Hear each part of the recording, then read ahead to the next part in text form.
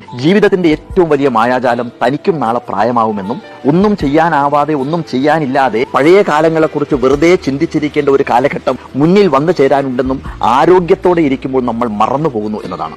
കാലം എല്ലാം തിരിച്ചു ചോദിക്കുമെന്നും നമ്മുടെ സൗന്ദര്യവും സമ്പത്തും ആയവും വ്യയവും എല്ലാം തിരിച്ചു കൊടുക്കേണ്ട കാലം ഒരുപാട് ദൂരെയൊന്നും അല്ല എന്നും നമ്മൾ മറന്നു പോകുന്നു.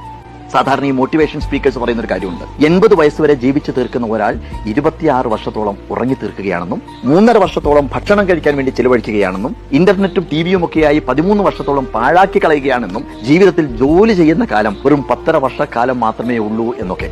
ജീവിതം ഒരു ഞാണിന്മേൽ കളി പോലെയാണ്. എങ്ങനെയാണ് താഴെ വീഴാതെ സമനില കൈവരിക്കേണ്ടത് എന്നറിയുന്നതിനെയാണ് ജീവിതത്തിന്റെ കല എന്ന് പറയുന്നത്. നദി കടലിലേക്ക് ഒഴുകുന്നത് പോലെ ഒരിക്കൽ ഒഴുകി തുടങ്ങിയാൽ നമ്മുടെ ജീവിതത്തിന് കടലിൽ എത്തിച്ചേർന്നേ പറ്റൂ.